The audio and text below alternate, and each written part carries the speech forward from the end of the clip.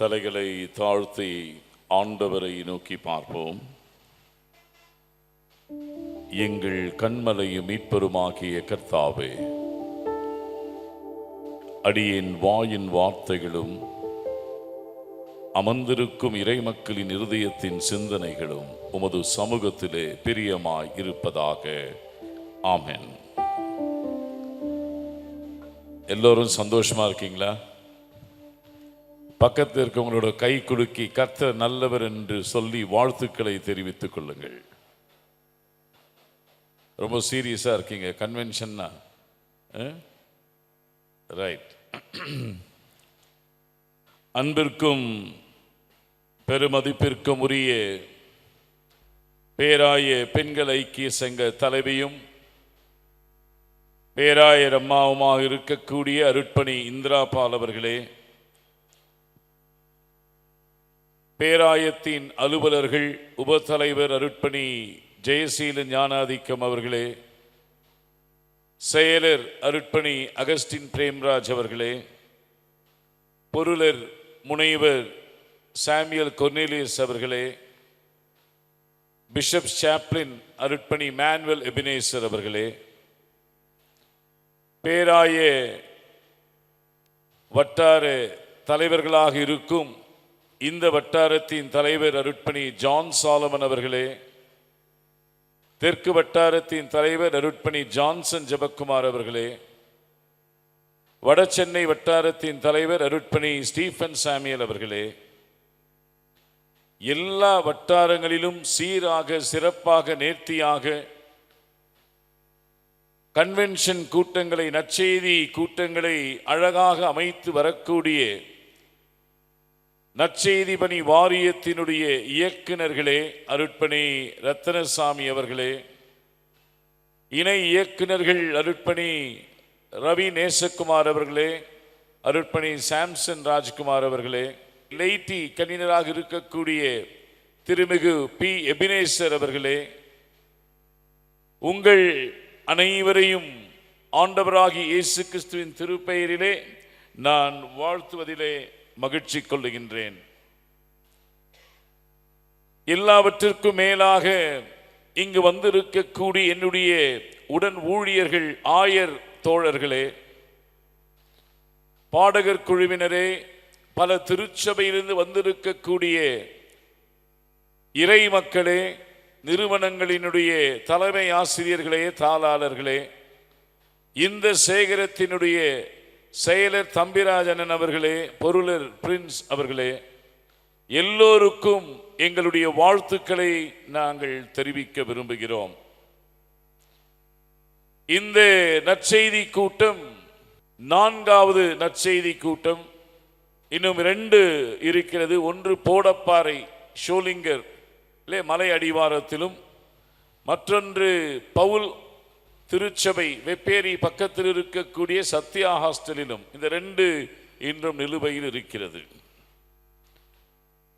தவ காலங்கள், தபசு காலங்கள், நோன்பு காலங்கள், உபவாச காலங்கள் ஒரு மனிதனுக்கு ஆண்டவராகிய இயேசு கிறிஸ்துவை சந்திப்பதற்கு கொடுக்கப்படக்கூடிய ஆயத்த காலங்கள் என்பதை நாம் மறந்து போக முடியாது. கிறிஸ்தவ வரலாற்றிலே இந்த காலங்களை, நாள் காட்டிகளை ஏற்படுத்தியதின் நோக்கம் என்னவென்று சொன்னால், தவ காலங்கள் அட்வெந்து காலங்களுக்கு ஆயத்த காலங்கள்.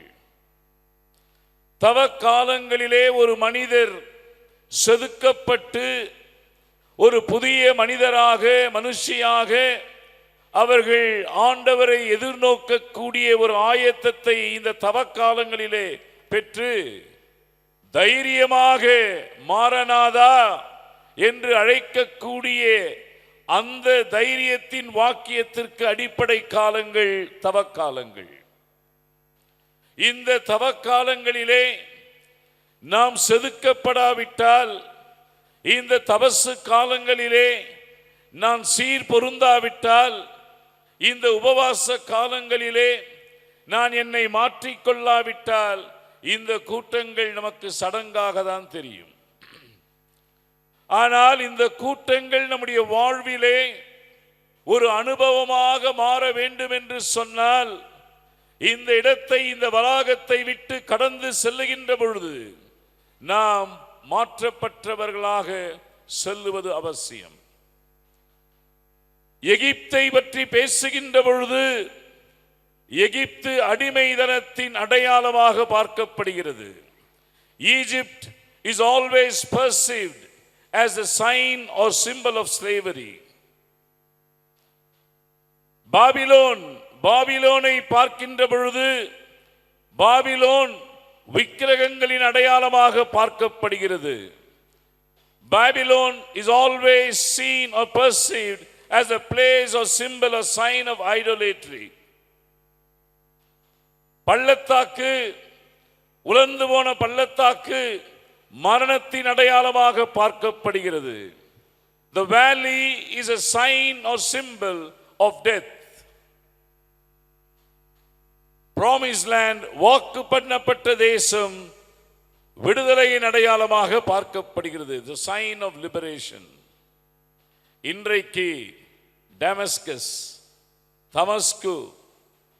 Damascus is always seen as a sign of conversion. தமஸ்கு என்பது மனமாற்றத்தின் அடையாளமாக, மனம் திரும்புவதின் அடையாளமாக பார்க்கப்படக்கூடிய ஒன்று. இன்றைக்கு போர் நிறைந்த ஒரு கலாச்சாரத்திலே தமஸ்கு சிரியாவினுடைய தலைநகரம். இன்றைக்கு சிரியா பார்டர்ல எல்லாம் பாம் கல்ச்சர் உருவாகி கொண்டிருப்பதை பார்க்கிறோம். எனவே 4 கன்வென்ஷன்ல 4 வகையான கோணங்களிலே 4 பகுதிகளை எடுத்து பேசிக் கொண்டிருக்கிறேன். ஏன்னா இவங்களாம் என் கூடவே இருக்கிறாங்க, அவங்க என் கூடவே இருக்கிறாங்க. கொயர் ஒரே சர்மனை பண்ண அவங்களுக்கு பேரா இருக்கு, பேச தெரியல நினைச்சிடுவாங்க. சரி, முதலாவது கன்வென்ஷன் கூட்டத்திலே the cross and the context, சிலுவையும் சூழ்நிலையும் என்ற தலைப்பிலே the theology of the cross, சிலுவையினுடைய இறையலை குறித்து பேசினோம். இரண்டாவது கூட்டத்திலே சிலுவையும் பேதுருவும் the cross and Peter என்கின்ற தலைப்பிலே பேசினோம். நேற்றைய கன்வென்ஷன் செங்கல்பட்டிலே the cross and the valley, சிலுவையும் பள்ளத்தாக்கும் என்ற தலைப்பிலே பேசினோம்.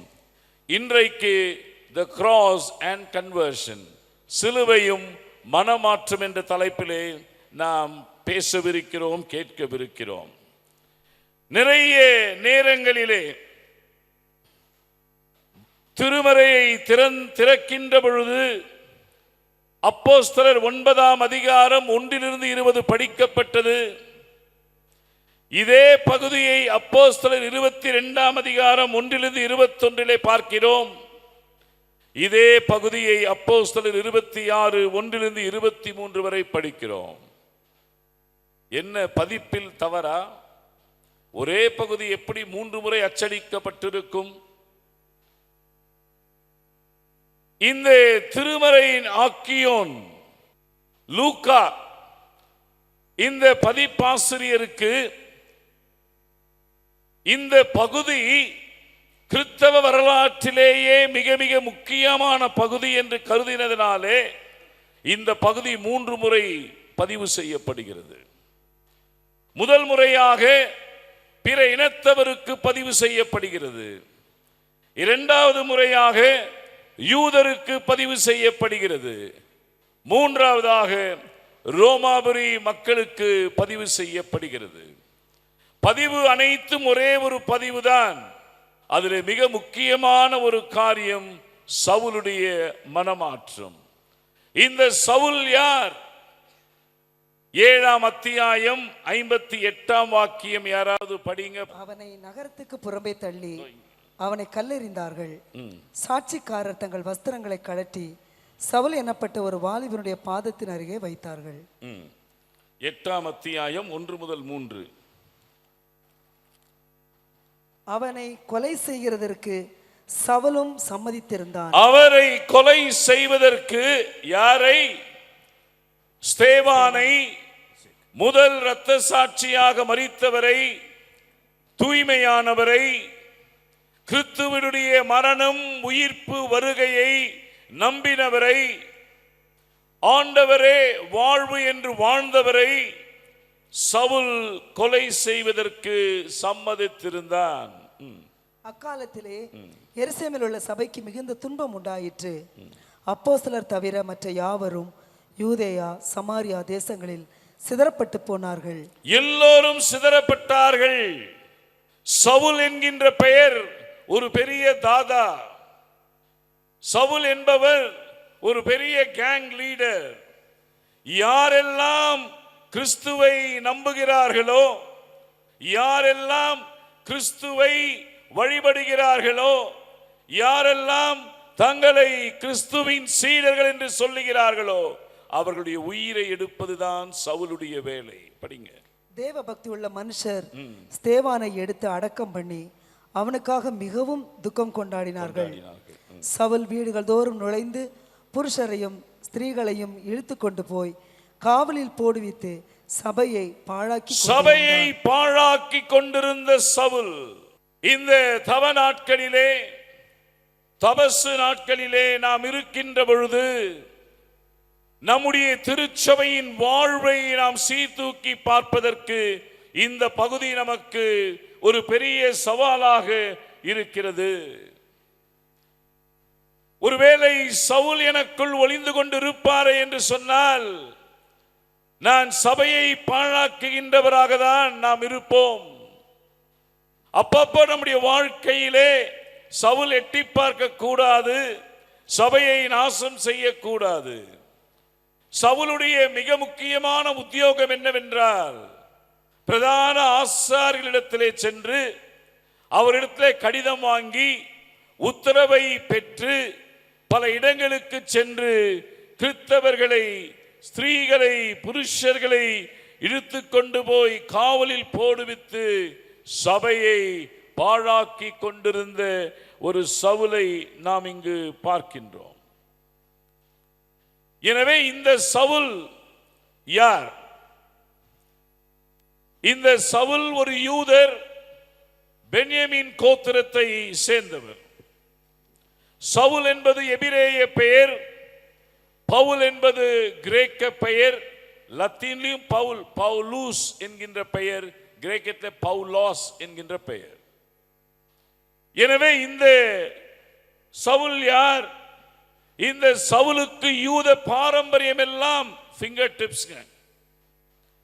இந்த சவுலுக்கு யூத கலாச்சாரம், மொழி எல்லாமே சரளமாக பேசக்கூடியவர். இந்த சவுல் யார்? இந்த சவுல் எல்லா நிலைகளிலும் தர்சு பட்டணத்திலே வளர்க்கப்பட்டவர். அவருக்கு யூத பாரம்பரியம் மட்டுமல்ல, கிரேக்க கலாச்சாரமும் கிரேக்க தத்துவத்திலும் திறந்து விளங்கியவர். இந்த சவுல் யார்? இந்த சவுல் எருசலேமுக்கு நகர்ந்தவர். இந்த சவுல் ஒரு பரிசேயராக பயிற்சி பெற்றவர். இந்த சவுல் இவரை போல ஒரு ஞானி, தோரா சட்ட புத்தகத்திலே இந்த பிரில்லியன்ஸ் சொல்றோம் இல்லையா, அவ்வளவு அறிவு படைத்தவர். The law of Moses, Torah என்கின்ற சட்ட புத்தகத்தை அவ்வளவு கற்றுக்கொண்டவர். இந்த சவுல் யார்? இந்த சவுல் யூத இறையிலே சிறப்பு மிக்க விளங்கியவர். He was an expert in Jewish theology. இந்த சவுல் யார்? இந்த சவுல் உலக பிரகாரமான ஒரு செக்யூலர் ட்ரேட், டென்ட் மேக்கர், அதிலே சிறந்து விளங்கியவர். இந்த சவுல் யார்? எல்லாவற்றிலும் தலைமைத்துவ பொறுப்புகளிலே சிறந்து விளங்கியவர்.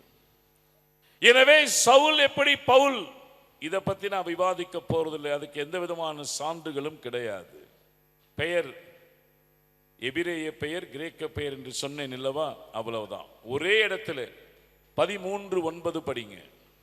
அப்பொழுது பவுல் என்று சொல்லப்பட்ட சவுல், அப்பொழுது பவுல் என்று சொல்லப்பட்ட சவுல், அந்த ஒரே இடத்துல மட்டும்தான் இந்த பெயர் வருதுங்க. படிங்க. பரிசுத்த ஆவியினால் நிறைந்தவனாய் அவனை உற்று பார்த்து, சவுலுடைய கன்வர்ஷனுக்கு பிறகு இந்த ஒரு இடத்தில் மட்டும்தான் அந்த பெயர் சுட்டி காட்டப்படுகிறது. இந்த சவுல் ஒரு மதவாதி. இந்த Saul was bound by religion. மதம் தான் அவருக்கு எல்லாமே. அதுக்கப்புறம் தான் மார்க்கம் என்ற வார்த்தையை இங்க உபயோகப்படுத்தப்படுகிறது. இந்த சவுல் பாரம்பரியங்களுக்கு கட்டுப்பட்டவர். இந்த சவுல் 3 மொழிகளை அறிந்தவர், 4 குடியுரிமைகளை பெற்றவர். இந்த சவுல் 13 வயதிலேயே கமாலியேல் பாதத்திலே இறையியலை கற்றுக்கொண்டவர். 13 வயதுனா அப்ப யோசிச்சு பாருங்க, எப்படிப்பட்ட ஒரு ஸ்காலரா இருந்திருப்பார் சவுல், இல்லையா? ஆனால் ஸ்காலர்லினஸ்லாம் எங்க போச்சுங்க? திருச்சபை அழிப்பதற்காக போச்சு. திருச்சபையின் விசுவாசிகளை பாடுபடுத்துவதற்காக வீணாக்கப்பட்டது. Saul, such a brilliant man, to the core he was destroying the church. அவருடைய ஒரே எண்ணம் திருச்சபையை அழிக்க வேண்டும் என்று சொல்லி. அன்பிற்குரியோரே, இந்த பகுதிகளிலே நாம் படிக்கின்ற பொழுது தவறான வழியை தெரிவு செய்கிற சவுலை பார்க்கிறோம். ஏனென்றால் அவருக்கு மதம் மட்டும்தான் கண்ணுக்கு தெரிந்ததே தவிர இயேசுவுடைய மார்க்கம் தெரியவில்லை. மார்க்கம்னா வழி. Both words have difference. So Saul chose a wrong way. Saul was under a wrong governance. தவறான ஒரு ஆளுகை கீழாக வாழ்ந்த சவுல். ஏன்னா அந்த காலத்தில் பிரதான ஆசாரியர்கள் அவர்கள்தான் ஒரு லெட்டர் கொடுத்தார்கள் என்று சொன்னால் அந்த லெட்டரை வைத்து இவர்கள் போய் யாரை வேணா அடிக்கலாம், உதைக்கலாம். கலாச்சாரம். எனவே அவர் தவறான ஒரு ஆளுகைக்குள் இருந்தவர். ராங் அண்டர்ஸ்டாண்டிங், தவறான ஒரு புரிந்து கொள்ளுதல். இந்த இயேசு யார்? இந்த இயேசுவை கடவுள் என்று சொல்லுகிறார்களே, கடவுளுடைய குமாரன் என்று சொல்லுகிறார்களே, கடவுளுக்கு எப்படி குமாரன் இருக்க முடியும்? இதெல்லாம் சவுலுடைய பெரிய பெரிய கேள்விகளாக பார்க்கப்பட்டது. எனவே அவருடைய புரிந்து கொள்ளுதல் மிக மிக தவறான ஒரு காரியமாகவே இருந்தது. இந்த பின்னணியில் தான் எப்படி சவுல் தமஸ்குக்கு செல்லுகின்ற வழியிலே மாறினார். So that is why Damascus is always a sign of conversion. And today this campus must be the symbol of conversion for all of us. இந்த வளாகம் நம் அனைவருக்குமே தமஸ்குவாக மாற வேண்டும். இங்கிருந்து செல்லுகின்ற பொழுது ஒரு மனமாற்றத்தோடு, மனம் திரும்புதலின் ஆவியோடு இங்கிருந்து செல்ல வேண்டும். சகோதரனே, சகோதரியே, நம்மை நாமே ஏமாற்றிக் கொள்ள வேண்டாம். என்னுடைய பிரில்லியன்ஸ், என்னுடைய எக்ஸ்பர்டஸ், என்னுடைய தியோலாஜிக்கல் அண்டர்ஸ்டாண்டிங், என்னுடைய சபையின் வாழ்வு, என்னுடைய விசுவாசம், என்னுடைய விசுவாசி என்கின்ற ஒரு நிலை யாருக்கு உபயோகமாக இருக்கிறது? சபையை பாழாக்கி கொண்டிருக்கிறோமா? இல்லை சபையை மேம்படுத்தி கொண்டிருக்கிறோமா? Am I a Saul or am I going to be Paul? நான் சவுலாகவே வாழ விரும்புகிறேனா அல்லது பவுலாக வாழ விரும்புகிறேனா? இந்த கன்வர்ஷன் ஒரு மிக மிக முக்கியமான ஒரு கன்வர்ஷனாக இருப்பதினாலே சிலுவை என்பதை, சிலுவையை பார்க்கின்ற பொழுதெல்லாம் சிலுவையும் நமக்கு ஒரு மனமாற்றத்தின் சின்னமாக இருக்கிறது அல்லவா? Today you will be with me in paradise. There was a prayer. ஒரு கல்வரிடமிருந்து ஒரு பிரேயர் வேண்டுதல் போகுது. ஆண்டவரே, உம்முடைய ராஜ்யத்தில் வரும்பொழுது என்னை நீர் நினைத்தருளும்.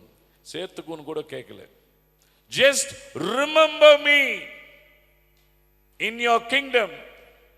But God did not remember, but he was inclusive God who taken him into the paradise. So conversion is a main point of our lives.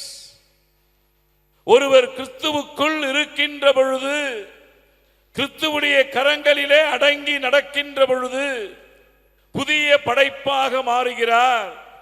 பழையவைகள் எல்லாம் ஒழிந்து போயின, அனைத்தும் புதிதாயின.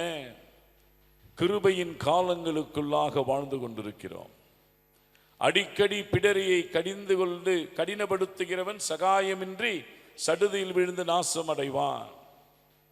Let us not prolong until the Jesus comes. எனவே இன்றைக்கு இந்த மனமாற்றம் தேவை. So cross challenges us to get converted. Conversion of mind. இந்த சிலுவை எவ்வாறாக ஒரு கல்வனையே மரிப்பதற்கு அந்த தருணத்திலும் கூட மனமாற்றத்தை ஏற்படுத்தியதோ, அப்படி the cross is a symbol of conversion. வெற்றியின் சின்னம், வியாகுலத்தின் சின்னம், வலியின் சின்னம் இல்லையா? We miss the point. It's a symbol of conversion. நூற்றுக்கு அதிபதி, a centurion, திரை சீலைகள் எல்லாம் கிழிகின்ற பொழுது, அந்தகாரம் சூழுகின்ற பொழுது, இவர் உண்மையாலுமே மெய்யான கடவுளின் குமாரன். கன்வர்ஷன். கடைசி வரையிலும் நூற்றுக்கு அதிபதிகள் அரசோடு பயணிக்கிறவர்கள். அரசு என்ன சொல்லுகிறதோ அதுதான் மதம் அவர்களுக்கு. இந்த டேபிள் தான், இந்த லெக்டனை தான் கும்பிடணும்னா இந்த லெக்டன் தான் God. State and religion went together. அரசும் மதமும் ஒன்றாக பயணித்தது. அந்த நூற்றுக்கு அதிபதி அந்த நேரத்தில் சொல்றாரு, Verily I tell unto you, he is truly the Son of God. எனவே இந்த கன்வர்ஷன் பார்ட் மிக மிக முக்கியமான ஒன்று. நம்ம திருச்சபையிலும் அப்சல்யூஷன் கொடுக்கும் பொழுது ஆயரவர்கள் சொல்லுகிறார்கள் அல்லவா, சர்வ வல்லமை மிகுந்த இரக்கமுள்ள ஆண்டவர் மன்னிப்பையும் பாவ நிவிர்த்தியை நமக்கு கட்டளையிட்டருளி வாழ்க்கையை சீர்படுத்துவதற்கான காலத்தையும் பரிசுத்தாவின் கிருபையையும் தேற்றுதலையும் நம் அனைவருக்கும் தந்தருள்வாராக. It's a time for all of us to amend ourselves. இந்த காலகட்டம், இந்த கிருபையின் காலம் உன்னையும் என்னையும் சீர்திருத்திக் கொண்டு ஆண்டவரோடு சீர் பொருந்தாவிட்டால் இந்த தவக்காலங்கள் ஒரு சடங்காக, பாரம்பரியமாக, பழக்க வழக்கமாக இருக்குமே தவிர நம்முடைய வாழ்விலே அனுபவமாக இது மாறாது. சவுலுடைய வாழ்விலே சிறப்புமிக்க ஒரு மனமாற்றத்தை நாம் பார்க்கிறோம். ஒரு பியூட்டிஃபுல் கன்வர்ஷன் எபிசோட பார்க்கிறோம். சவுலை போல ஒரு மோசமான ஒரு நபர் இருக்கவே முடியாது. ஆனால் கடவுளுடைய கண்கள் ஒருவர் மீது பட்டு விடுமே என்று சொன்னால் அவர்தான் கடவுளுக்கு தெரிந்து கொள்ளப்பட்ட பாத்திரமாக மாறுகிறார். He or she becomes the chosen vessel of God if God's eyes fall on any one of you here. So கடவுளுடைய பார்வை நம் மீது இருக்கிறது என்பதை யாரும் மறந்து போகவே கூடாது. எனவே நம்முடைய விசுவாச பயணத்திலே நாம் பயணிக்கின்ற பொழுது எல்லா நிலைகளிலும் என்னுடைய பயணம் எதை நோக்கி இருக்கிறது, என்னுடைய பயணத்திலே நான் எப்படிப்பட்ட ஒரு பயணத்தை நடத்தி கொண்டிருக்கிறேன். The God whom you and I worship is not only a distant God but disturbing God. நீங்களும் நானும் வழிபடும் கடவுள் தூரத்தில் இருக்கிற கடவுள் அல்ல, நம்மை தொந்தரவு செய்கின்ற கடவுள். டிஸ்டர்ப் பண்ணுவார். இன்ஜஸ்டிஸா கெட் டிஸ்டர்ப், அன்ஜஸ்ட் ஸ்ட்ரக்சரா கெட் டிஸ்டர்ப், ஈவிலா வாய்ஸ் அவுட். அதனால மார்ட்டின் லூதர் அவர்கள் சொல்லுவார்கள், the generation will weep not because of the evil of the bad but because of an appalling silence of the good. காலம் காலமாக சந்ததி சந்ததியாக ஏன் அழுது கொண்டிருக்கிறார்கள் என்று சொன்னால் தீயவர்கள் செய்யக்கூடிய தீமையான காரியங்களை குறித்து அல்ல, ஆனால் நல்லவர்கள் அமைதியாக இருப்பதை குறித்து. Generation is weeping. Martin Luther ரொம்ப அழகா சொல்வார், if not we whom, if not now when. இன்றை நாம குரல் கொடுக்கவில்லை என்று சொன்னால், நாம் இப்பொழுது மனம் மாறாவிட்டால் என்றைக்கு மனம் மாறப் போகிறோம்? இன்றைக்கு இல்லை என்று சொன்னால் என்றைக்கு? If not now when. எனவேதான் மார்ட்டின் லூதர் அவர்கள் இந்த தியாலஜி ஆஃப் த கிராஸ் பற்றி பேசும் பொழுது ரொம்ப அழகா சொல்லுவார். த கிராஸ் இது அப்வர்ட் மொபிலிட்டியில மட்டும் நம்மள கிராஸ் கொண்டு போகல. இன்னைக்கு நிறைய நேரத்தில் அப்வர்ட் மொபிலிட்டியை மேல பார்த்துக்கிட்டே தான் நம்ம வாழுறோம். This is theology of glory. Theology of glory will not help us. இன்னும் எங்க போலாம், இன்னும் என்ன பேர் வாங்கலாம், இன்னும் என்ன பட்டம் வாங்கலாம், இன்னும் எப்படி போலான்னு. But the cross, the theology of cross calls us for the downward mobility into the valley. பள்ளத்தாக்க நோக்கி நம்மளை கொண்டு போகின்ற ஒரு நிலைதான் சிலுவையின் அடையாளம். எனவே இந்த சிலுவையினுடைய இறையிலே நமக்கு ஒரு சற்று புதிராகவே இருக்கிறது. சிலுவை இன்றைக்கு நமக்கு ஒரு அறைகூவலை தருகிறது. மனம் மாறுங்கள், மனம் திரும்பு, பரலோக ராஜ்யம் சமீபமாய் இருக்கிறது. yet and not yet. மனம் திரும்பு, repent for the kingdom of God is at hand. இயேசு சாமி அப்படிதான் பிரசங்கத்தை தொடங்கினாரு. யோவான் ஸ்நானகனும் அப்படிதான் பிரசங்கத்தை தொடங்கினாரு. சீடர்களும் அப்படிதான் போதிக்கப்பட்டு அனுப்புறாங்க, இப்படிதான் நீங்க போய் சொல்லணும் அப்படின்னு சொல்லி. இன்னும் எவ்வளவு காலங்கள் நம்முடைய வாழ்விலே நாம் இப்படி இருப்போம் என்பதை நாம் உணர வேண்டும். நேற்று எதிர்த்து பேசும்போதும் சொன்னேன், இன்னும் எத்தனை காலங்கள் நாம் உலர்ந்து போன எலும்புகளாகவே இருப்போம். ஈரம் இல்லை, அசைவு இல்லை, செத்துப்போன எலும்புகளை போல அந்த உயிரற்ற எலும்புகளையும் உயிர்ப்பிக்க செய்யக்கூடியவர் கடவுள் என்பதை நான் சொன்னேன். Can these bones live? இந்த உயிரற்ற எலும்புகள் உயிர் பெறுமா? ஆண்டவரே, அது உமக்கு தான் தெரியும். இறை வாக்குரைத்தவன எல்லாம் ஒரு சேனையை போல, ஒரு ஆர்மியை போல யுனைட்டடா நிக்கிறாங்க. But no life.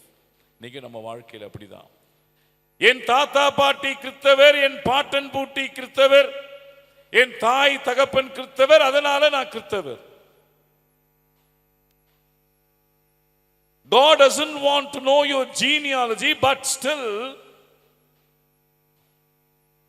இன்றைக்கு எப்படிப்பட்ட ஒரு கிறிஸ்தவர்களாக இருக்கிறோம்? நாமினலா இல்ல கடவுளோடு இணைந்து பயணிக்கக்கூடிய குழந்தையை போல் மாறிய கிறிஸ்தவர்களா? மறுபிறப்பு என்றால் அதுதான். எனவே உயிரற்று இருக்கக்கூடிய நிலையை உயிர்ப்பிக்கக்கூடிய கடவுள், அவருடைய மூச்சு உயிரற்ற நிலையில் இருக்கின்றவர்களுக்கு உயிரை கொடுக்கும். சவுல் உயிரோடு இருந்தவர், ஆனால் உயிரற்று வாழ்ந்தவர். Saul existed but never lived. ரெண்டு வொக்காபுலரிக்கும் வித்தியாசம் இருக்கு. எக்ஸிஸ்டன்ஸ் வேற, லிவ் வேற. எனவே இந்த சவுலை அப்படி தூண்டில் போட்டு இழுப்பதை நம்ம பார்க்கிறோம். படியுங்கள், ஆரம்பிக்கலாம். அப்போஸ்தலர் 9:1. சவுல் என்பவன் இன்னும் கர்த்தருடைய சீஷரை பயமுறுத்தி கொலை செய்யும்படி சீரி பிரதான ஆசாரியரிடத்திற்கு போய் எதற்காக சீறினான்? சிறுத்தையை போல. சிறுத்தை மட்டுமே சீறுகின்ற ஒரு பிராணி. எனவே இந்த சிறுத்தையை போல சீறுகின்ற இந்த சவுல் சீஷரை பயமுறுத்தி கொலை செய்யும்படி பிரதான ஆசாரியத்தில் போறார். எனவே முதலாவது சங்காரம் செய்யும் சவுல் எவ்வளவு ஆக்டிவா இருக்காரு பாருங்க ஒரு சபையை அழிப்பதற்கு. Many a times we also knowingly and unknowingly we are active in destroying the church, in destroying the diocese. பல நேரங்களில் அறிந்தோ அறியாமலோ. ஆனால் ஞாயிற்றுக்கிழமை நம்ம என்ன சொல்லுறோம்? செய்யத்தக்கவைகளை செய்யாமல் செய்யத்தகாதவைகளை செய்து வந்தோம், எங்களுக்கு சுகமே இல்லை. இனிமேல் சொல்லுங்க, செய்யத்தக்கவைகளை நாங்கள் செய்தோம், செய்யத்தகாதவைகளை நாங்கள் செய்யவில்லை, எங்களுக்கு சுகம் உண்டு என்று சொல்லக்கூடிய நாவை பெற்றுக்கொண்டவர்களாக இந்த இடத்தை விட்டு செல்ல வேண்டும். எனவே ரொம்ப கம்போஸ்டாவே we are in the comfort zone. We do not want a disturbing God who disturbs us. நம்மை தொந்தரவு செய்கின்ற கடவுள் நமக்கு வேண்டாம். எனவே இங்கு சவுல் நல்ல காரியத்திற்காக பிரதான ஆசாரியரை சென்று சந்திக்கவில்லை. சங்காரம் செய்யும் சவுல் சிறுத்தையை போல சீறி பாய்கின்றான் கடிதத்தை பெற்றுக் கொள்வதற்காக. 2வது வசனம் படிங்க. இந்த மார்க்கத்தராகிய புருஷராகிலும் ஸ்திரீயாகிலும் நான் கண்டுபிடித்தால் அவர்களை கட்டி எருசலேமுக்கு கொண்டு வரும்படி தமஸ்குவில் உள்ள ஜெபாலயங்களுக்கு நிருபங்களை கேட்டு வாங்கினான். சுவிசேஷம் சொல்லுவதற்காக செல்லவில்லை, நற்செய்தியை பரப்புவதற்காக செல்லவில்லை. மாறாக இந்த கிறிஸ்தவ மார்க்கத்தை சேர்ந்த ஆண்கள் பெண்கள் யாராக இருந்தாலும் அவர்களை கண்டுபிடித்தால் அவர்களை கட்டி கட்டுக்கோப்பாக தூக்கி வந்து துன்பப்படுத்துவதற்காக, சிறையிலே காவல் வைப்பதற்காக தமஸ்குவுக்கு சென்று நிருபம்னா எபிஸ்டலாஸ் கடிதங்களை பிரதான ஆசாரியரிடத்திலே வாங்கினார். புரோட்டோகால் எல்லாம் அழகா பின்பற்றார். இல்லைன்னா he will be arrested. ஏதாவது ஒரு காரியம் சபைக்குள்ள போய் சென்னா பிரதான ஆசாரியர் கடிதம் கொடுத்தா தான் போய் செய்ய முடியும். எனவே சங்காரங்களை செய்யக்கூடிய ஒரு சவுலை இங்கு நாம் பார்க்கின்றோம். கடிதங்களை பெற்று திருச்சபையின் விசுவாசிகளை துன்பப்படுத்துவதற்காக புறப்பட்ட ஒரு சவுல். கலாத்தியர் 1:13 படிங்க. நான் யூத மார்க்கத்தில் இருந்தபோது என்னுடைய நடக்கைகளை குறித்து கேள்விப்பட்டிருப்பீர்கள். தேவனுடைய சபையை நான் மிகவும் துன்பப்படுத்தி அதை பாழாக்கி. எனவே இது அவரே கன்ஃபெஸ் பண்றாரு. கன்வெர்ட் ஆனதுக்கு பிறகு கன்ஃபெஷன் வருதுங்க. After the conversion comes confession of Paul. அவரே ஒத்துக்கிறார், நான் இப்படியெல்லாம் இருந்தேன். ஒரு இடத்துல சொல்றாரு, பாவிகளிலே பிரதான பாவி நான், I am chief of sinners என்று அவரே ஒத்துக்கிறார். எனவே சவுலாக இருந்த பொழுது சங்காரம் செய்ய புறப்பட்ட ஒரு சவுல் எப்படி அவர் சந்திக்கப்படுகிறார் என்பதை பார்ப்போம். 3வது வசனம் படிங்க. அவன் பிரயாணமாய் போய் தமஸ்குவுக்கு சமீபித்த போது சடுதியிலே வானத்திலிருந்து ஒரு ஒளி அவனை சுற்றிலும் பிரகாசித்தது. அடுத்தது, அவன் தரையிலே விழுந்தான். அப்பொழுது சவுலே சவுலே, நீ ஏன் என்னை துன்பப்படுத்துகிறாய் என்று தன்னுடனே சொல்கிற ஒரு சத்தத்தை கேட்டான். 2வதாக சங்காரம் செய்ய புறப்பட்ட சவுல் சந்திக்கப்பட்ட சவுல். எப்படி சந்திக்கப்படுகிறார்? இந்த ஒளி, பேரொளி, இந்த ஒளி, வானத்திலிருந்து ஒரு ஒளி அவனை சுற்றி பிரகாசித்தது. 22:6 படிங்க. அப்போஸ்தலர். அப்படி நான் பிரயாணப்பட்டு தமஸ்குவுக்கு சமீபமான போது மத்தியான வேளையிலே சடுதியாய் வானத்திலிருந்து பேரொளி உண்டாகி. மத்தியான வேளையிலே சூரிய ஒளியை காண்பிட்டும் அதை தாண்டியும் பேரொளி அவனை அடித்தது. பேரொளி என்றால் எப்படிப்பட்ட ஒரு ஒளி என்று நமக்கு தெரியும் இல்லையா? சூரியன் ஒளி நமக்கு தெரியும். அதையும் தாண்டி ஒரு ஒளி நம்ம கண்ணுக்கு வந்ததுன்னா, சாதாரணமாகவே நம்ம வெயிலில் போகும்போது கண்ணு நமக்கு சரியாக இருக்காது, கண்ணை மூடி மூடி திறப்போம். ஆனால் பேரொளி, இருளை சுமந்து சென்ற சவுலுக்கு பேரொளி ஒரு சவாலாக வந்தது. 2வதாக 26:19 மத்தியான வேளையில் ராஜாவே, நான் வழியிலே சூரியனுடைய பிரகாசத்திலும் அதிகமான ஒளி, அதிகமான ஒளி, அதிகமான ஒளி, பேரொளி. இந்த ஒளிக்கு ஈடாக எதுவுமே இருக்க முடியாது. இந்த ஒளியை அவரால் பார்க்க முடியவில்லை. எனவே சந்திக்கப்படக்கூடிய சவுல் எவ்வாறாக சந்திக்கப்படுகிறார் என்று சொன்னால், நீ இருளை சுமந்து செல்லுகின்றாய், என் ஒளி உன்மேல் உதிக்கட்டும், நீ இனிமேல் இருளாக இருக்க வாய்ப்பே கிடையாது. எனவே இந்த பகுதியிலே நாம் லூக்கா 2 படிக்கிறோம், பிரகாசிக்கிற ஒளி. யோவான் 1:9 படிக்கிறோம், மெய்யான ஒளி. யோவான் 8:12 படிக்கிறோம், நானே உலகத்தின் ஒளி. ஆக மொத்தம் இந்த ஒளி யாரு? யாரு? உயிர்த்த இயேசு, the resurrected Lord. எனவே when the resurrected Lord empowers us and encounters us, you are a changed person. உயிர்த்த ஆண்டவர் உன்னையும் என்னையும் எதிர்கொள்ளுகின்ற பொழுது, நம்மோடு சம்பாஷிக்கின்ற பொழுது, அவர் வார்த்தைகள் சம்மட்டியை போல நம்மை தாக்குகின்ற பொழுது நாம் மாறுகிறவர்களாக நாம் இருக்கிறோம், மாற்றம் பெற்றவர்களாக இருக்கிறோம்.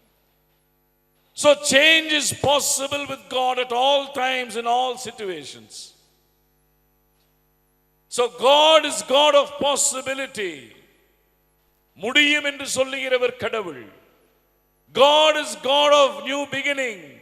வாழ்க்கையிலே புதிய துவக்கத்தை கொடுக்கின்ற கடவுள். God is God of liberation. விடுதலையின் கடவுள். This God whom you and I worship is a loving God, living God and liberating God. அன்பு பாராட்டுகின்ற கடவுள், ஜீவிக்கின்ற கடவுள், விடுதலையின் கடவுள்.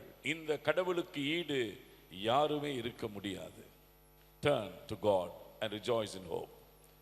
மனம் திரும்பி நம்பிக்கையோடு கலிகூருங்கள். ஓசியால படிக்கிற மாதிரி மனம் திரும்பி என்பதுதான் தீர்க்க தரிசன வாக்கியங்களுடைய அடிப்படை ஆதாரமாக நாம் பார்க்கின்றோம். repent, repent, repent. எனவே ஒவ்வொரு காலகட்டத்திலும் இந்த நானே மெய்யான ஒளி, நானே உலகத்தின் ஒளி, இந்த ஒளி டிரான்ஸ்மிட் உங்ககிட்ட ஆனாதான் நீங்கள் உலகத்திற்கு வெளிச்சமாய் ஒளியாய் இருக்க முடியும். அந்த experience of becoming a light இல்லையா? இந்த லைட் எப்படி இருக்கணும்? லேம்ப் ஸ்டாண்ட்ல வச்சுட்டு புஷல் போட்டு மூடுற லைட் இல்லைங்க. The light must banish the darkness. உனக்குள்ளும் எனக்குள்ளும் இந்த ஒளி வருமே என்று சொன்னால், உனக்குள்ளும் எனக்குள்ளும் இருக்கிற இருளை அகற்றி போடக்கூடிய ஒளியாக, நமக்குள்ளும் உனக்குள்ளும் இருக்கக்கூடிய சவுலை அகற்றுகின்ற ஒரு ஒளியாக. எனவே இந்த இடத்திலே படிக்கின்ற பொழுது ரொம்ப தெளிவாக சொல்லி, இந்த ஒளி உனக்குள் வருவதற்கு the light will banish darkness அப்படின்னு சொன்னா, இயேசுவானவரை நாம் நம்முடைய இதயத்திலே தாங்கி நிற்கின்ற பொழுது எந்த விதமான இருளும் உன்னையும் என்னையும் ஒண்ணுமே பண்ணாது. So the light and darkness, the sin and the salvation, இல்லைங்களா, the flesh and the spirit, life and death, இந்த போராட்டங்களிலே ஆண்டவர் மட்டும்தான் உயர்ந்து நிற்கின்றார். மனுஷீகம் தோத்து போயிடுது. மனுஷீகம் துன்பங்களை கண்டு பயப்படுகிறது. மனுஷீகம் சவால்களை கண்டு அச்சத்தை பெறுகிறது. So we fear all challenges of the day because the context is entirely different. The world is in a precarious situation. அபாயகரமான உலகத்தில் வாழ்ந்து கொண்டிருக்கிறோம். எனவே நமக்கு பெரிய ஒரு சவாலே இதுதான். இருள் சூழ்ந்த காலங்கள். வெளியிலே outwardly we are all happy. உங்களுடைய மனசாட்சி ஒவ்வொருவருக்கும் பேசணும். How are you inward? உன் மனசுக்குள்ள பல போராட்டங்கள் ஓடிக்கொண்டிருக்கும்.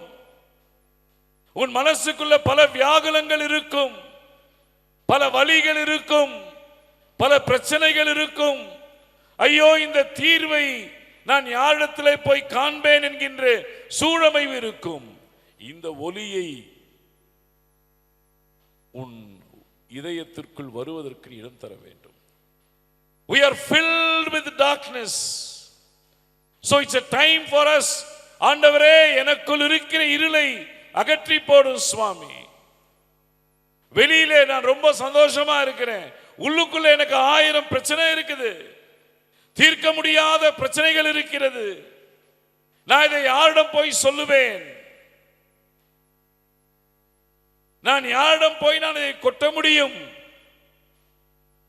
இன்றைக்கு ஒருவேளை இந்த ஒளியை நான் ஏற்றுக்கொள்வேன் என்று சொன்னார், உன் வாழ்க்கை ரொம்ப மனமகிழ்ச்சியான ஒரு வாழ்க்கையாக மாறும்.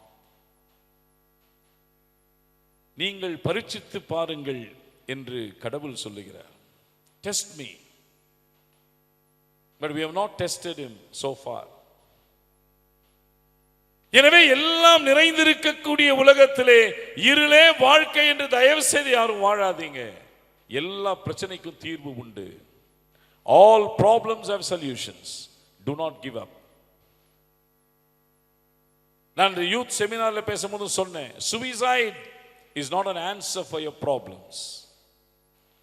தங்களையே மாய்த்துக் கொள்வது உங்கள் பிரச்சனைக்கு தீர்வு ஆகாது.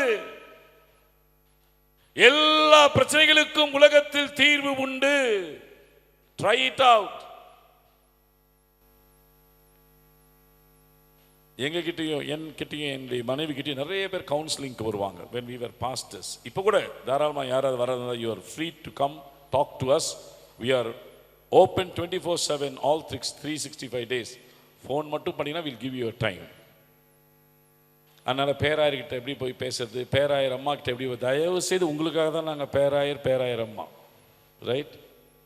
Any time you can talk to us with any difficulty, problems, பிரச்சனைகள், குடும்ப பிரச்சனைகள், பலவிதமான தனிப்பட்ட பிரச்சனைகளுக்கு நாங்கள் எப்பொழுதும் உங்களோடு இருக்கிறோம்.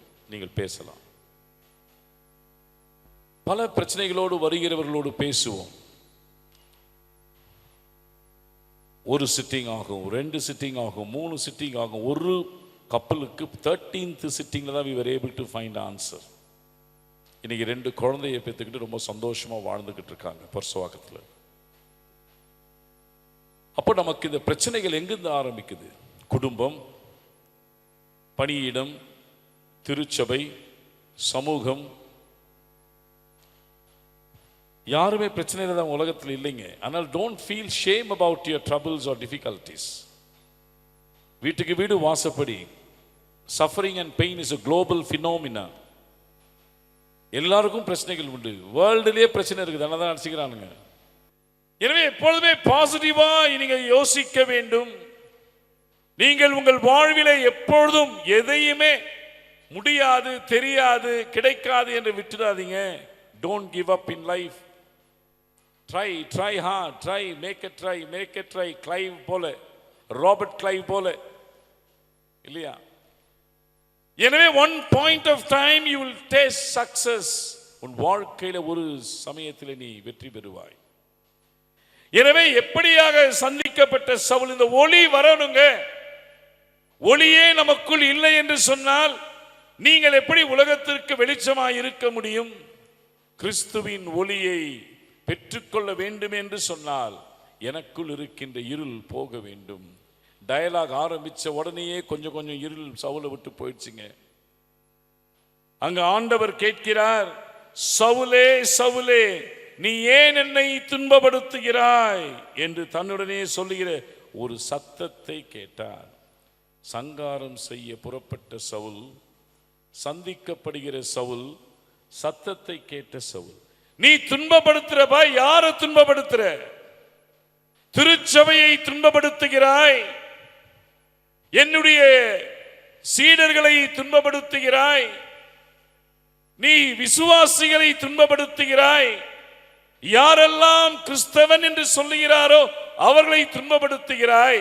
நீ அவங்கள துன்பப்படுத்தலப்பா, என்ன துன்பப்படுத்துற?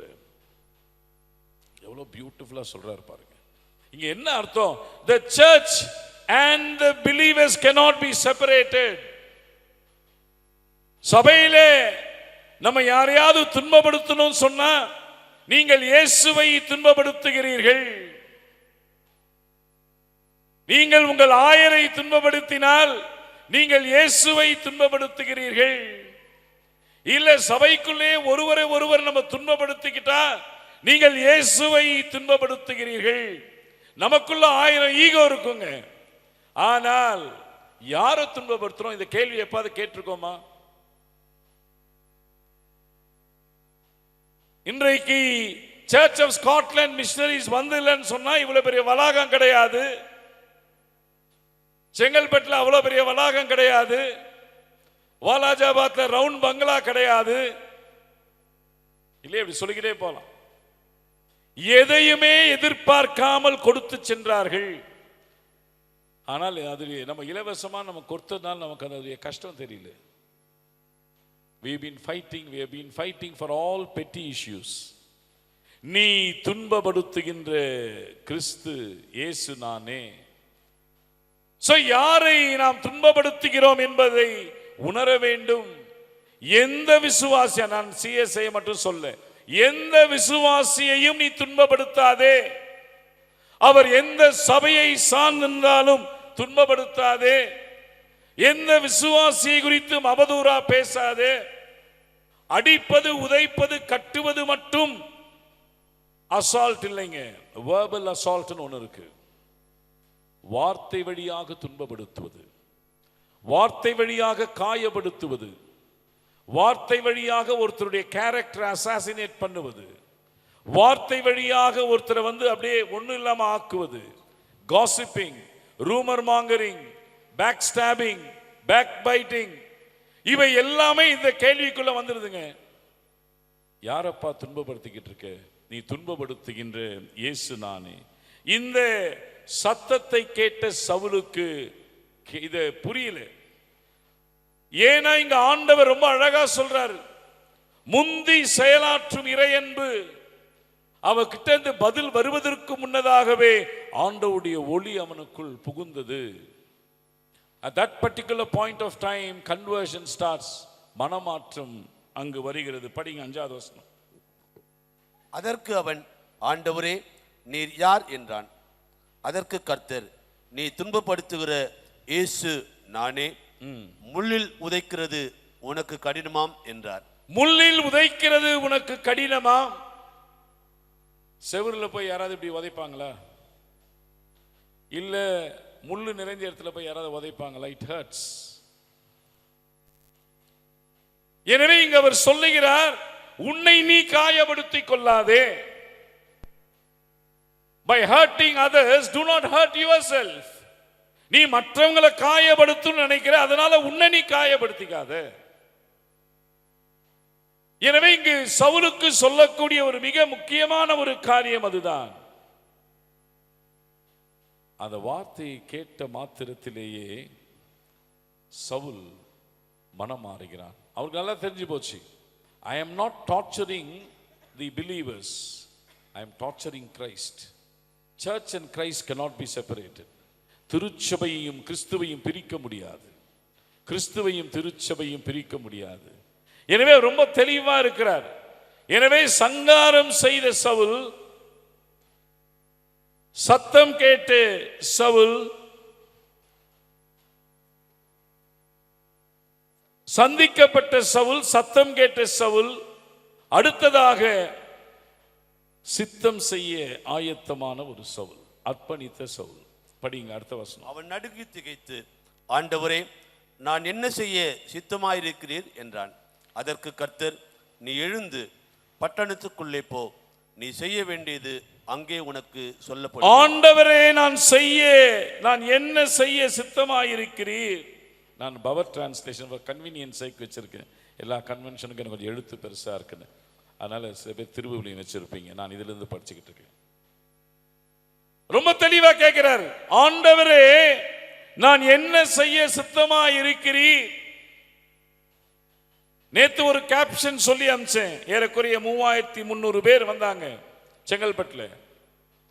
சொன்னேன் அவர்களிடத்திலே, ஒரு கேப்ஷனை கேரி பண்ணுங்க இன்னைக்கு வீட்டுக்கு. நான் சொன்னேன் அதையே என்னப்பா அதையே செய்வேன். வேலி ஆஃப் ட்ரை போன்ஸ், உலர்ந்த எலும்புகளின் பள்ளத்தாக்கை பற்றி பேசும்போது நான் சொன்னேன் அதையே நான் செய்வேன். இன்றைக்கு நம்முடைய கேப்ஷன் என்னவா இருக்கணும்? ஆண்டவரே நான் என்ன செய்ய சித்தமாயிருக்கிறீர்? சொல்லுங்க. நான் ஆண்டவரே நான் என்ன செய்ய சித்தமாயிருக்கிறீர் சுவாமி. ஒருவேளை இந்த இடத்தை விட்டு நான் போகும்பொழுது நான் சவுலை போல் உள்ள வந்தேன் ஆண்டவரே, நான் இந்த இடத்தை விட்டு கடந்து செல்லுகின்ற பொழுது நான் பவுலை போல் இந்த இடத்தை விட்டு செல்லணும். சபையை துன்பப்படுத்த மாட்டேன், சபையை ஸ்தாபிப்பேன். நான் எந்த விதத்திலும் யாரையும் கஷ்டப்படுத்த மாட்டேன், ஆனால் இந்த சபைக்காக கடைசியிலும் உழைப்பேன். What a beautiful conversion of Saul into Paul. இன்னைக்கு அது இல்லைன்னா இன்னைக்கு 13 நிருப வாக்கியங்கள் புதிய ஏற்பாட்டில் இருந்திருக்காது. இன்னைக்கு இல்லைன்னா இன்னைக்கு அந்த மிஷனரி ஜேர்னி, 3 மிஷனரி ஜேர்னி, அதுக்கப்புறம் journey to Rome, 4 journey, but 3 தான் நம்ம மிஷனரி ஜேர்னின்னு சொல்லுவோம். கடைசியா ரோமாபுரிக்கு பயணப்படுகிறார். எனவே இங்கு கட்டி போட வந்தவர், 8ஆம் வசனம் படிங்க. சவுல் தரையிலிருந்து எழுந்து தன் கண்களை திறந்த போது ஒருவரையும் காணவில்லை. அப்பொழுது கைலாகு கொடுத்து அவனை தமஸ்குவுக்கு கூட்டிக் கொண்டு போனார்கள். கைலாகு கொடுத்து தமஸ்குவுக்கு கூட்டிக் கொண்டு போனார்கள். கட்டி போட வந்த சவுல் கைபிடித்து அழைத்து செல்லப்படுகிறார். சிறுத்தை போல சீறி வந்தவர் ஆட்டுக்குட்டியை போல அவங்க எங்க கூட்டிட்டு போறாங்களோ அங்க போக ஆரம்பிச்சிட்டார். There's a great transformation. எனவே இந்த இடத்திலே படிக்கின்ற பொழுது சவுல் என்ன நினைத்தார்? கிறிஸ்துவின் வழியே அல்ல என்று நினைத்தவர். அதுக்கப்புறம் கிறிஸ்துவின் வழியே தான், கிறிஸ்துவின் மார்க்கம் மட்டும்தான் என்று வாழ்ந்தவர். அவர் சொல்றாரு, இனி நான் அல்ல கிறிஸ்துவே, இனி நான் அல்ல கிறிஸ்துவே. இந்த கிறிஸ்துவுக்காக அனைத்தையும் குப்பையும் நஷ்டமுமா எண்ணிய பவுல் அனைத்து மிஷனரி பயணங்களிலும் அவரை போல துன்பப்பட்டவர்கள் பைபிள்ல யாருமே கிடையாதுங்க. யோபு சொல்லலாம், பட் ஆனா ஒவ்வொரு இடத்தையும் அடிக்கப்பட்டு, காவலில் வைக்கப்பட்டு, சங்கிலியால் கட்டப்பட்டு, கடலிலே இறக்கப்பட்டு, நடு ஆழத்தில் மிருகத்தினோட போடப்பட்டு, ஒரே ஒரு கேரக்டர் மட்டும்தான் பயங்கரமான ஒரு சித்திரவதை. ஏன்னா God wanted to show him what was suffering. துன்பப்படுத்தின எவ்வளவு பேர் அடித்தாய், உதைத்தாய், கஷ்டப்படுத்தினாய், அதை விட 10 மடங்கு 100 மடங்கு துன்பம்னா வலினா உனக்கு என்னன்னு தெரியணும். But he was the greatest apostle. பவுலை போல ஒரு அப்போஸ்தலர் இருக்கவே முடியாது. அதுக்கப்புறம் இந்த மார்க்கம் என்கின்ற வார்த்தை அடிக்கடி உபயோகப்படுத்தப்பட்டது. இந்தலையும் பார்க்கிறோம். 22:4 நான் இந்த மார்க்கத்தாராகிய புருஷரையும் ஸ்திரீகளையும், இந்த மார்க்கத்தாருடைய பிறகு 24, 14, 22 எல்லா இடத்துலையும் நான் கொடுத்த ரெஃபரன்சஸ் எல்லாவற்றிலும் இதிலிருந்து உபயோகப்படுத்தப்படக்கூடிய வார்த்தை லூக்கா உபயோகப்படுத்துறார். பவுலும் என்ன பண்றாரு? மார்க்கம் மார்க்கம். ஐ ஹவ் சோசன், நான் முதல் சொன்னேன், wrong way, but God had called him to the right way. He was attached with the religion. Now he is attached with Christ. So that is what is conversion. Saul ஒரு தவறான வழியிலே சென்று கொண்டிருந்தார். இப்பொழுது கிறிஸ்து என்கின்ற மார்க்கத்தை நோக்கி பயணப்படுகிறார். So wrong way to right way. இதே சவுல் மதம்தான் வாழ்க்கை என்று வாழ்ந்தார். இப்பொழுது கிறிஸ்து தான் வாழ்க்கை என வாழ ஆரம்பிக்கிறார். இல்லையா? Wrong kind of an attachment, wrong attachment with religion. Now he is attached to Christ.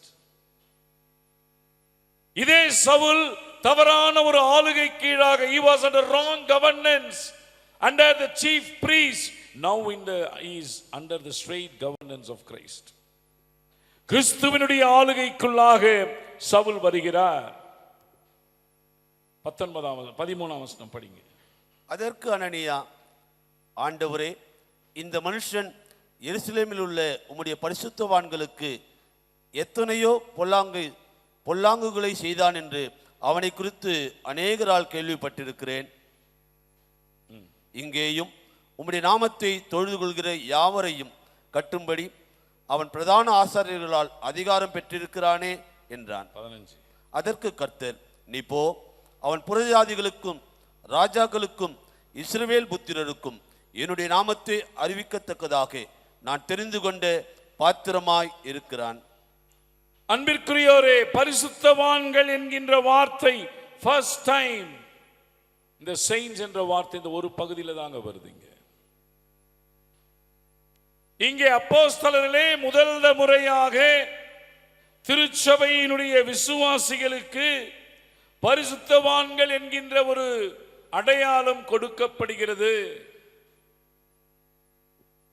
இங்கு மறுபடியும் சொல்லுகிறார்கள், அனனியாவே சொல்லுகிறார், இந்த மனுஷன் எல்லாருக்கும் துன்பத்தை கொடுத்தானே, இந்த மனிதனை போய் பார்க்க சொல்லுகிறீரே, இது எப்படி சாத்தியம்? அதற்கு ஆண்டவர், உயிர்த்த ஆண்டவர் சொல்லுகிறார், நீ போ, அவன் புறஜாதிகளுக்கு ராஜாக்களுக்கும் இஸ்ரவேல் புத்திரருக்கும் என்னுடைய பெயரை அறிவிக்கத்தக்கதாக நான் தெரிந்து கொண்ட பாத்திரமாயிருக்கிறான். You are the chosen vessel. இங்க இருக்கிற நீங்கள் தான் chosen vessel.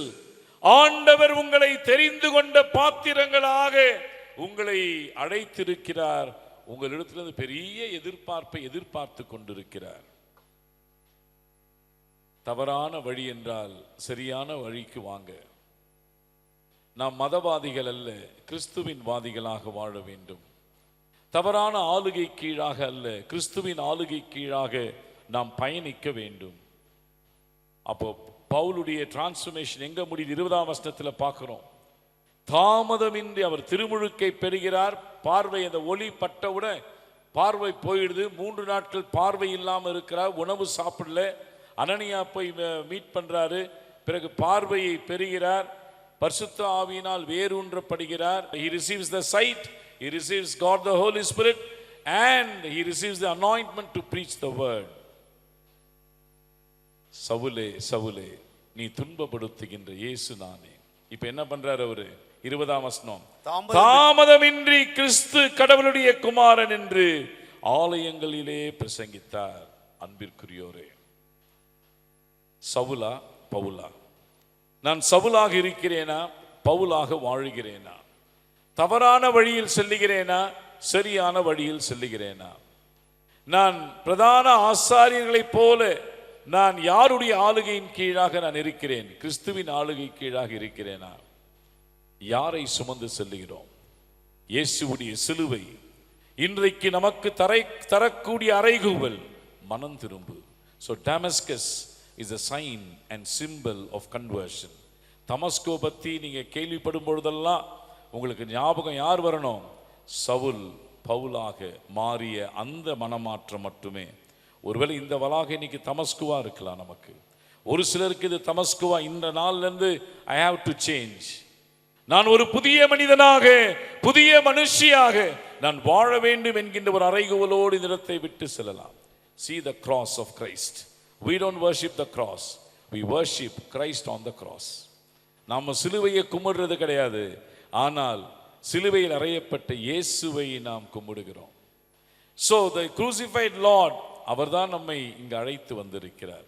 எனவே சவுல் போல எண்ணங்கள் வேண்டாம், சவுலை போல தீச்செயல்கள் வேண்டாம், சவுலை போல மாம்சத்திற்கு அடிமைப்பட்டவர்களாக வாழ வேண்டாம். நாம் பவுலை போல பார்வை, தெளிந்த பார்வை, ஒரு பார்வை உள்ளவர்களாக இருக்கிறோம், ஆனால் பார்வை சரியா இல்லையே. I have sight but I don't see. பார்வை இருக்கிறது, நான் பார்க்க முடியவில்லை, சரியானவற்றை பார்க்க முடியவில்லை. I want you to see.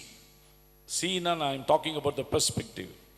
சரியான ஒரு பார்வை நமக்கு அவசியம்.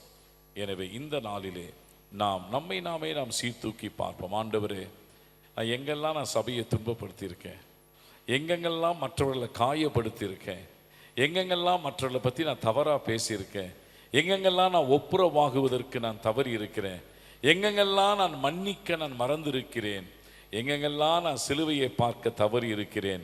இன்றைக்கு சுவாமி, இந்த வார்த்தை நம் அனைவருக்கும் ஒரு விழிப்பை தரக்கூடிய வார்த்தையாக, மனமாற்றத்தை தரக்கூடிய வார்த்தையாக இருக்க வேண்டும் என நான் ஆண்டவரை வேண்டுகின்றேன். கடவுள் தாமே நம் அனைவரையும் ஆசீர்வதித்து வழிநடத்துவாராக. ஆமென்.